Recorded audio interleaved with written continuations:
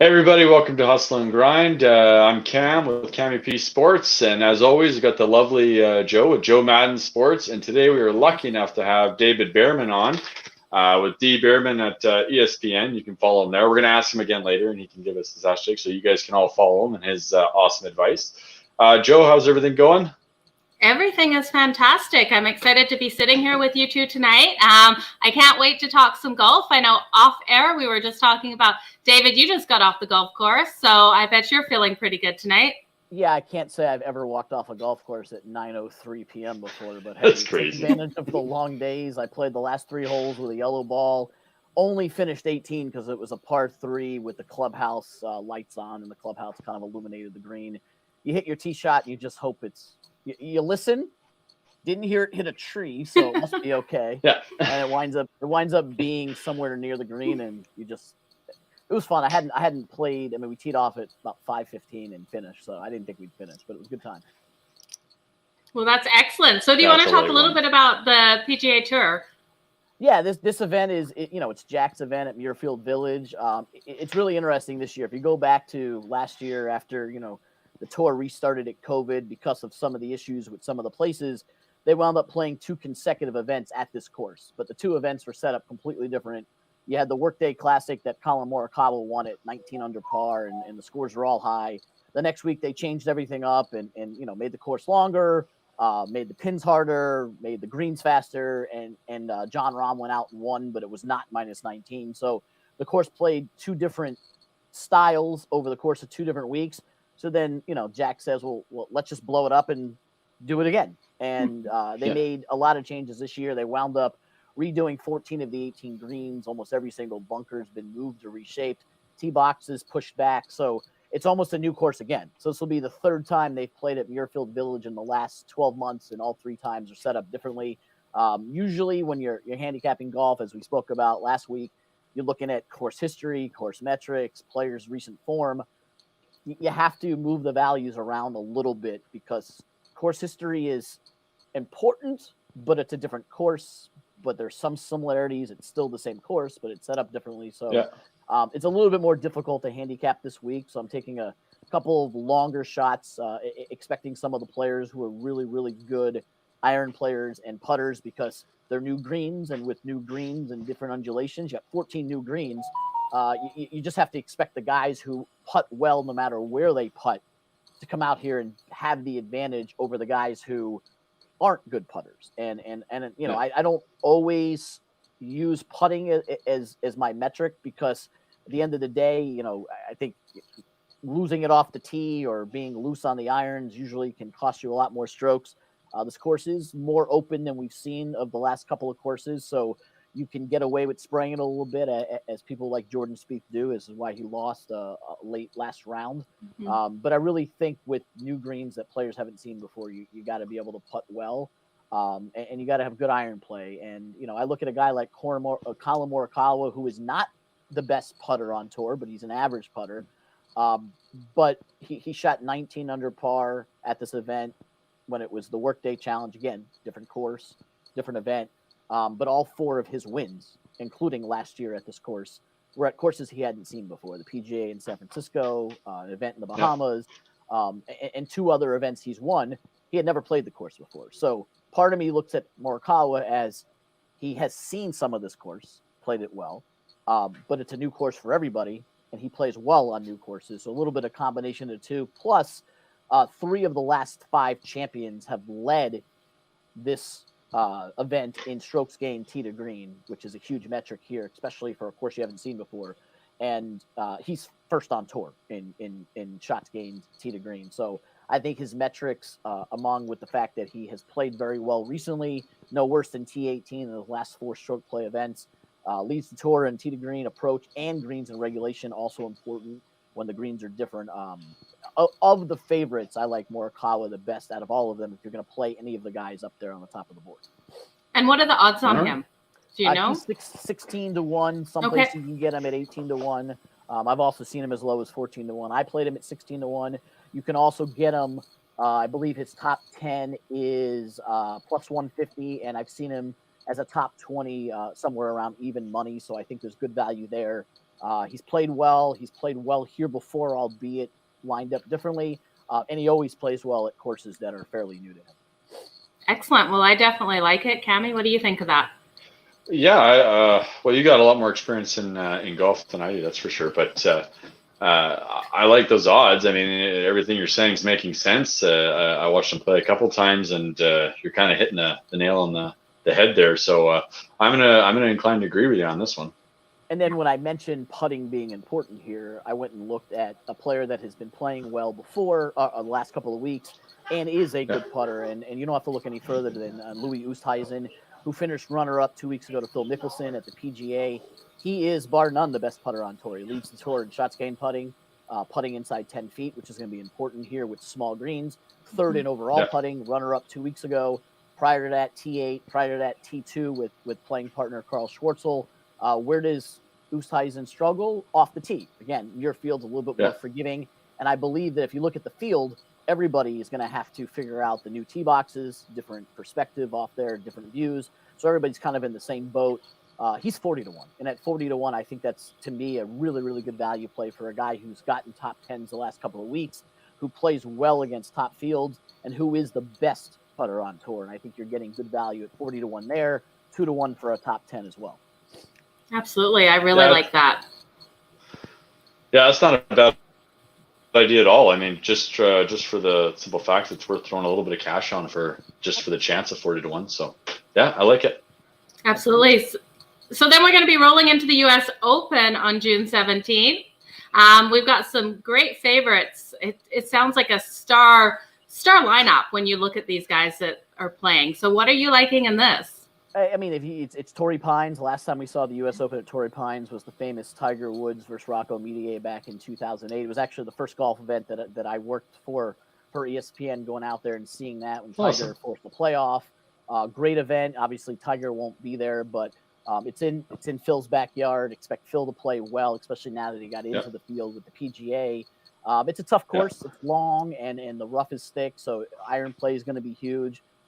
I like guys like Morikawa and Corey Connors, guys who hit iron shots. I think John Rahm will be a good play there. I haven't really handicapped it yet, but when you have a U.S. Open on a very tough course, obviously the cream's going to rise to the crop. I wouldn't expect any of the long shots to play out, so I'll probably be leaning towards the guys who are playing well. I have to check the course metrics and see how much they're growing the rough and how the greens are playing before I get a guy like, a Jordan Spieth is always interesting to me. I've been playing him a lot in top 5s and 10s, but not picking him to win because he hasn't been very successful off the tee. You're talking about a guy who's near the bottom of the tour, 125th in shots gained off tee, 178th in accuracy, which is, not much higher than I am right now, 91st in greens in regulation. So he's a guy that continuously gets top 5s and 10s. You saw him again last week. He led the event for 3 straight days. It's in his backyard. Last week at the name of the event last week is not off the top of my head.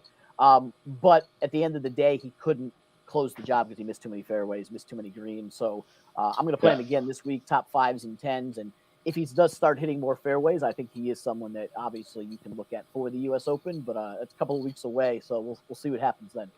Yeah, lots can happen between the next couple of weeks. So I'm excited for it, though. It's definitely going to be a great tournament. So absolutely looking forward to it. Now, you want to talk some basketball? Sure. Do you have any thoughts on who is going to take the championship? I think the team that comes out of the East is going to be a heavy favorite over whoever comes out of the West. Okay. Top to bottom, the West might be more loaded when you have 7 seeds like the LA Lakers, 8 seeds like the Memphis Grizzlies. Obviously, you saw the Portland Denver matchup last night. It was pretty good, and those teams are better than what you're getting out of the Miami Heat or what you're getting out of the New York Knicks of the East. Yeah. But I think at the top where the cream rises, I think anybody, whether it's Philadelphia, Milwaukee, or Brooklyn, obviously Brooklyn and Milwaukee are going to start this weekend in their second-round series. I think all 3 of those teams should be favored by anybody that comes out of the West. The West will beat up on itself. Clippers are good. Obviously, the Suns and Jazz are very good teams.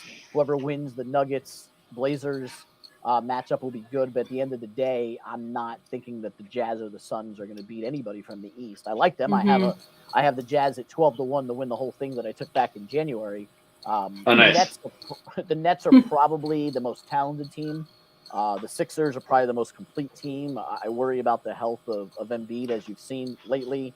But don't sleep on the Milwaukee Bucks. I'm very, very close to pulling the trigger on them to beat the Nets at about 170, 180 right now. I'm hoping it gets to $2. If it gets to $2, I will definitely pull it because I don't think they should be getting that much when it comes to how good they are. And, they lost badly the Miami Heat last year, and that same Heat team came back this year and they swept them.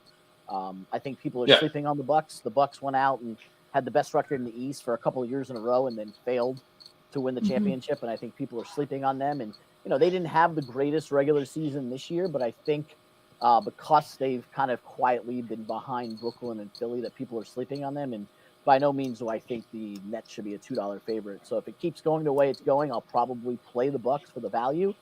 I think the winner of that matchup actually wins the NBA title. I think either one of them beats the 76ers. And I'm not sold that the 76ers are going to beat the Hawks. I think the Hawks are really, really good, playing some of the best defense in the league.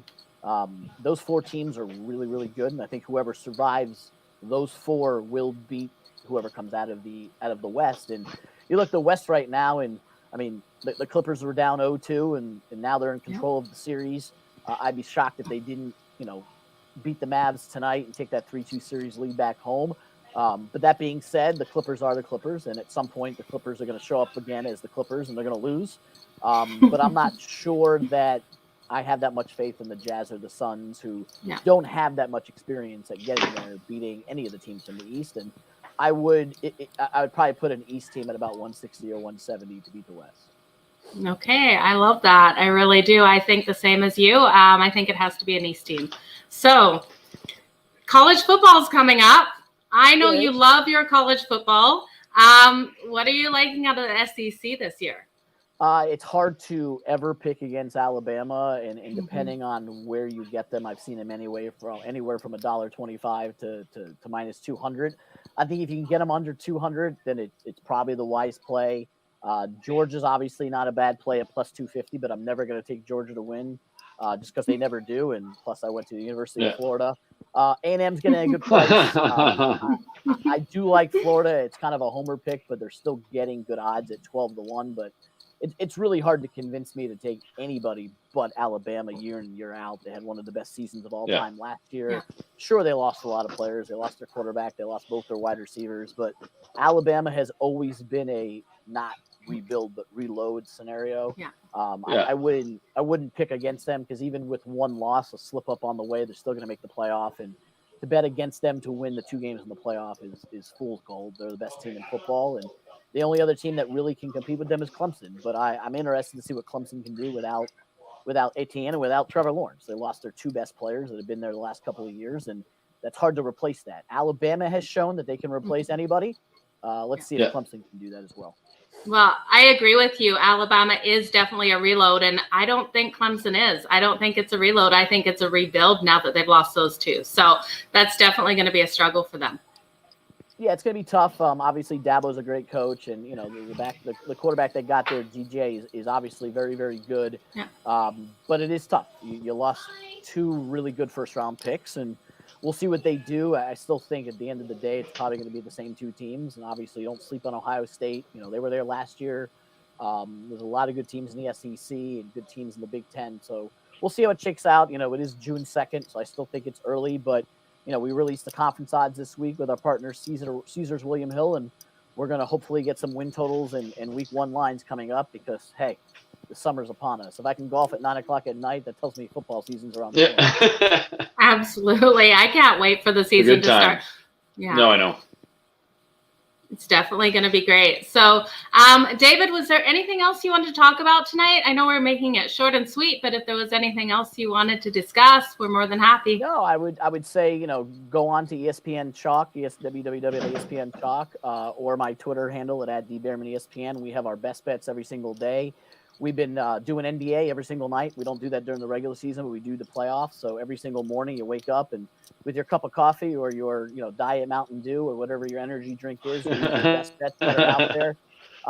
Anita Mark, Doug Kazarian, Joe Fortenbaugh, Tyler Fulsham, Andre Snelling's all out there giving us picks every single night. Our golf column went out this morning. We'll have our MMA column tomorrow. Belmont column on Friday. So every day it's something different. We're keeping it active and a lot of sports going on even in June, and we'll keep doing that. And then football season comes and you'll get multiple pieces a day. Excellent. It's fantastic. Well, thank you so much, thanks, David. It was a on, pleasure. man. Absolutely. We'll go play 9 more holes somewhere. Yeah, just bring out the flashlights and the headgear. You'll be fine. That's how I felt over the last 3 holes today. It's hit it and it worked. And I've done it in men's league too, and it gets towards the end, and it's just like, oh my god, I can't play anymore. You're a champ doing it, man. I didn't think we were gonna be able to finish the par 5 17, but then when I hit my approach from 155 and had no idea where the pin was, and found out that my yellow ball was 6 feet from the pin for birdie, I'm like, all right, let's go play 18. Okay. 18 was a par. Yeah, 18 was a par 3 with the clubhouse lights on, so it's like, hey, hit it, and the ball was in the trap, so I was able to find it. Because it was in the trap. I didn't hear it hit a tree, but I had not played that late in a long, long time. Now I gotta, hopefully the wife and kids aren't too mad. Yeah, exactly. You'll find out tomorrow. I will. The kids were in bed, but they were waiting up, so I said goodnight to them real quick before we did this. So I do appreciate awesome. Joe backing That's this up. awesome. You gotta love that. I took advantage of that and went out and played. So excellent. Well, you have a wonderful night. Man. We can't wait to have you on again, David. Thanks, guys. Enjoy the golf this weekend and the NBA playoffs, and go watch some. We will be. Now. Thank you. Sounds good. Thanks, David.